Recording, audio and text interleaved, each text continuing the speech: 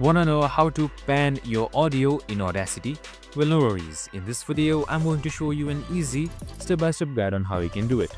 It's super simple and under a minute, so let's get straight to it. Now, first things first, simply open up your Audacity application. So we have also created a video on how to do it, so make sure to watch it.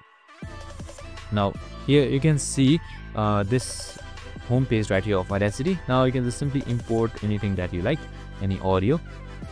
Now, since we want to pan out our audio, here you can see on the left side you should be seeing effects and much more, and you should be seeing this L and R text as well. Now, if you want to pan your audio on the left side, you should be seeing this pan icon that should be right below volume. You can just simply pan it towards the left side if you want left, and pan it towards the right side if you want right, and your stereo speaker should adjust accordingly. And that's it. Super simple and easy. This is how you just pan your audio in just a few steps. I hope this video helped.